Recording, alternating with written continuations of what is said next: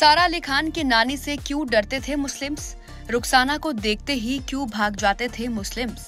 क्यों संजय गांधी की करीबी कहलाती थी रुखसाना? चलिए आज यही सब सवालों की आपको जवाब देते हैं। 90 और 80 के दशक में सारा अली खान की व अमृता सिंह के चर्चे तो आपने खूब सुने होंगे, लेकिन शायद आप में से ये कम लोगों को पता होगा कि रुखसाना सुल्ताना के चर्चे आज भी खूब हुआ करते हैं। अमृता सिंह की मां और सारा अली खान की नानी रुखसाना सुल्ताना का इतना दबदबा था कि उनसे मुस्लिम्स भी खौफ खाते थे। रुखसाना सुल्ताना की खूबसूरती ऐसी कि उनके सामने सारा अली खान और अमृता सिंह भी फीके पड़ जाया करते थे। और एक ऐसा दौर भी था जब वो भारत की राजनीति में एक ऐसा चमचमाता हुआ और चर्चित चेहरा हुआ करती थी।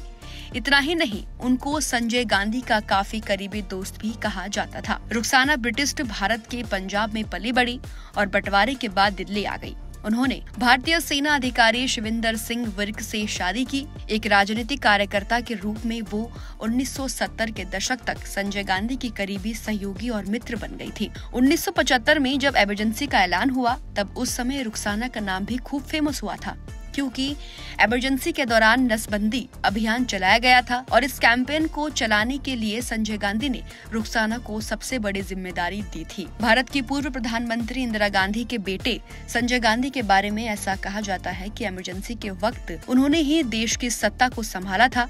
वहीं जब देश में इमरजेंसी लगा तो इस बीच कई ऐसी चीजें हुई जिनसे लोगों को सरकार के लिए नफरत पैदा हो गई थी। इसी में से एक थी नसबंदी अभियान। वहीं संजय गांधी के साथ उस समय साथ देने के लिए सारा अली खान की नानी रुखसाना सुल्ताना भी थी। मीडिया रिपोर्ट्स की माने तो उस दौरान 18 साल से लेकर 60 साल तक के बुजुर्ग की जबरन नसबंदी करवाई जा रही थी। ऐसे नौजवानों की भी नसबंदी कर दी गई थी जिनकी शादी तक नहीं हुई थी। इसी अभियान के चलते रुखसाना के नाम से ही मुस्लिम्स खौफ खाने लगे थे। बताया तो ये भी जाता है कि जब भी रुखसाना के जामा मस्जिद या तुर्क नाम गेट के आसपास होने की भनक लगती, वैसे ही मुस्लिम मर्द अपने घरों में छिप जाया करते थे या फिर वो वहाँ से भाग जाया करते थे।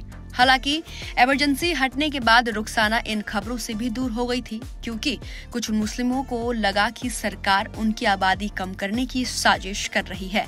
रुखसाना सुल्ताना ने कभी भी फिल्मों में काम नहीं किया। उनके परिवार में ज्यादातर लोगों ने फिल्मों में अपना डेब्यू किया, लेकिन सिर्फ सुल्ताना ही एक ऐसी लड़की थी इन सब से अलग और राजनीति में दिलचस्पी रखती थी। जिस तरह अमृता सिंह को बॉलीवुड की ग्लैमरस गर्ल कहा जाता था, उसी तरह रुखसाना को भी इमरजेंसी की ग्लैमर गर्ल कहा जाता था। संजय की मृत्यु और बाद में इंदिरा की हत्या के बाद रुखसाना ने सार्वजनिक जीवन से संन्यास ले लिया था। तब तक अमृता अपने फिल्मी करियर की शुरुआत भी कर चुकी थी। फिलहाल रुखसाना सुल्ताना आज इस दुनिया में नहीं है, लेकिन आज भी उनके चर्चे हमेशा होते रहते हैं। फिलहाल आज की खबर में सिर्फ इतना ही, और ऐसे ही एंटरटेन की खबरों को जानने के लिए बस आप देखते रहिए TNP एक्सप्लोर।